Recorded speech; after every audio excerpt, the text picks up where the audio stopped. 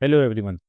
I have deployed my ASP.NET Core project in IIS locally, and when I run, I am getting this error: failed to load ASP.NET Core runtime. So I have been figuring out why I am getting this error. So first I go to Visual Studio, right click on the project, go to properties and see what is target framework. It is .NET 9. So we need to install .NET 9 on our machine. So the reason is it is trying to find ASP.NET Core Runtime 9 on my machine, and it is unable to find that runtime environment because it is not installed yet. So let's fix this error. First of all, we go to this URL, download .NET 9. So we have here Windows installer. So click on x64.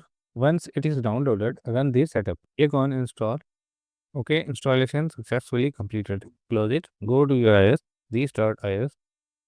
I refresh the page. Okay, now it is working fine. It is important to note, apart from installing the ASP.NET Core Runtime 9, installing the .NET 9 hosting bundle is also required for IIS because it includes the ASP.NET Core Runtime and IIS integration needed to actually run your web application. So installing just the .NET SDK runtime isn't enough. Okay, that's all my side. See you in the next video. Thanks for watching.